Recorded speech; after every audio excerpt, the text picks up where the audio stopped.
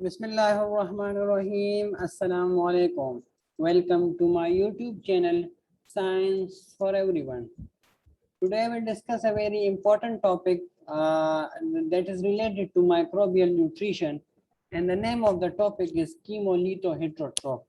As I have mentioned in the previous video of this tutorial video series, that microorganisms are divided into 5 classes with the respect of the microbial nutrition, that are the chemoorganoheterotrophs, the photolithoautotrophs, the photoorganoheterotrophs, the chemolithoautotrophs, and the last one is the today's lecture is about the chemolithoheterotrophs. I have made videos over those 4 classes. If you haven't watched those videos, also watch those videos first. And in this last part, I will discuss that what really are chemolithoheterotrophs, what are their carbon source, energy source, and the electron source, and how does it gets this name. Okay, so let's start with the video, and I will discuss each and everything with an example. So stay tuned with the video and watch it till end. First of all, I want to tell you, as I have mentioned in the previous videos also, that this chemolithoheterotroph, basically it consists of 3 parts. This chemo, that is the first part, litho is the second part, and the hetero is the third part. Okay, so how does it gets its name? So first of all, just keep this trick in your mind. This en, okay, this en, el, and C. This is a simple trick, and with the help of this trick, these are given names. So En means energy source. So just look here to this table.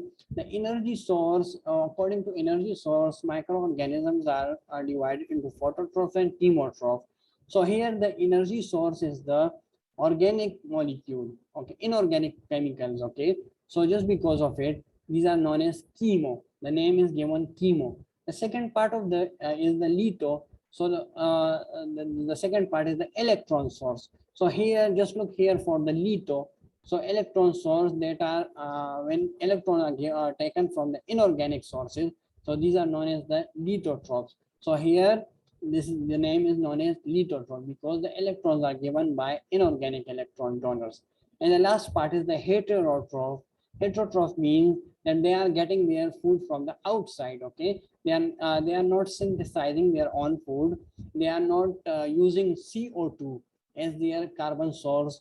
They are using these are using organic molecules, and they are taken from the outside of the they are taken from the environment. Okay, so the carbon source is the organic carbon. And one thing, keep this thing in mind, that these are also known as mixotrophs. Okay, chemolithoheterotrophs are also known as mixotrophs because they are using inorganic molecules as electron donors, inorganic chemicals as their energy source, but they are using organic carbon as their carbon source. So just because of they are using organic carbon, with respect that these are both are using inorganic, and the difference lies in the organic carbon, the organic. So just because of it, these are known as mixotrophs. Okay, these are also known as chemolithotrophic heterotrophy. Okay, heterotrophic molecules.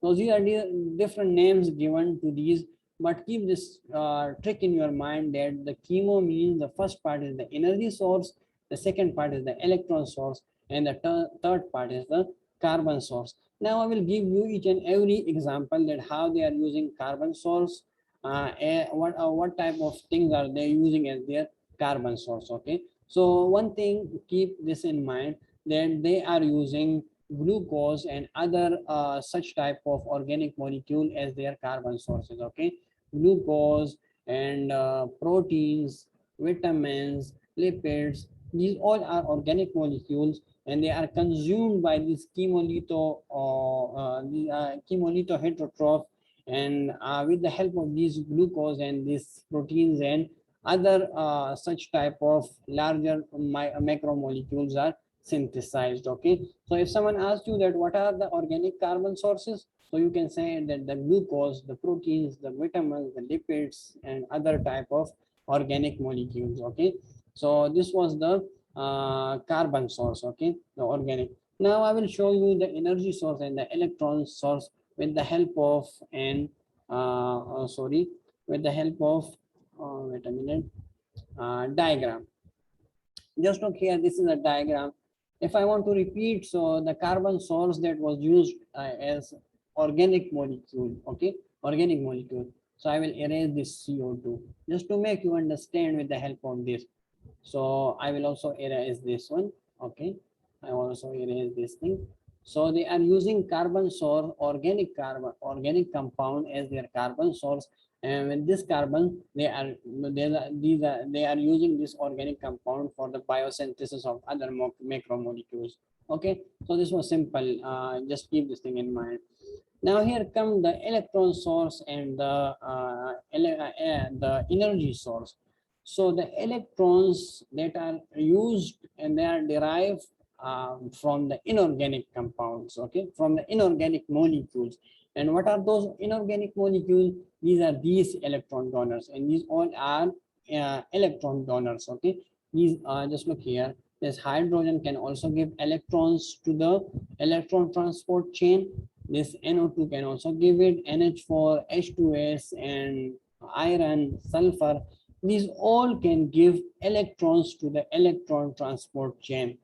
When if it was organic electron molecule, for suppose if someone asks you that what are organic electron donors, so then your answer will be the I have mentioned in the previous videos also that organic electron donors are the NADH, the alpha ketoglutarate, the succinate, the fumarate.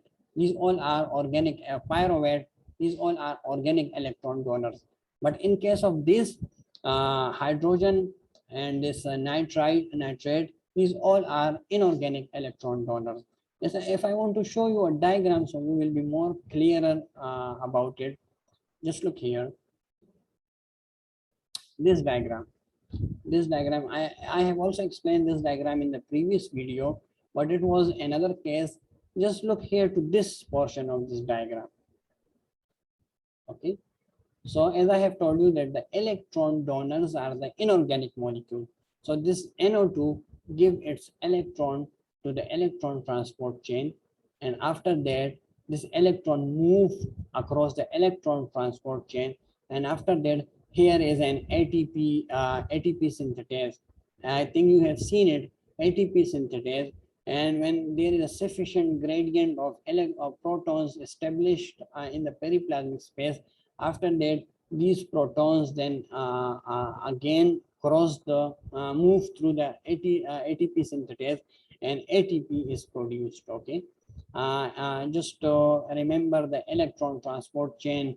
It is same as the electron transport chain. So forward electron flow to make ATP. So I want to tell you again that the electrons are donated by the inorganic molecules and given to the electron transport chain. Okay, so these are the inorganic molecules. Now here come to the ATP. As I have mentioned that the ATP can also this energy source is also basically the inorganic molecules. Okay, so just look here.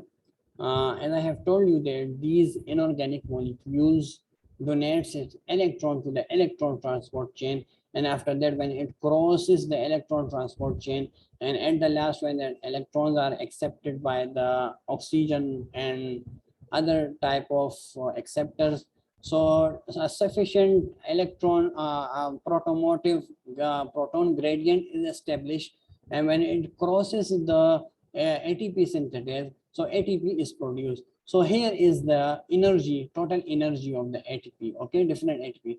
So these electrons are donated to the electron transport chain. When it is accepted, so this amount of ATP is produced. Okay, so we were considering it NO2. So NO2 donates its electron, and after when it passes the electron transport chain, so 17.4 kilocalories per mole energy is produced in the form of ATP. Okay, so now you came to know that these are the electron donors, and also these are the energy sources.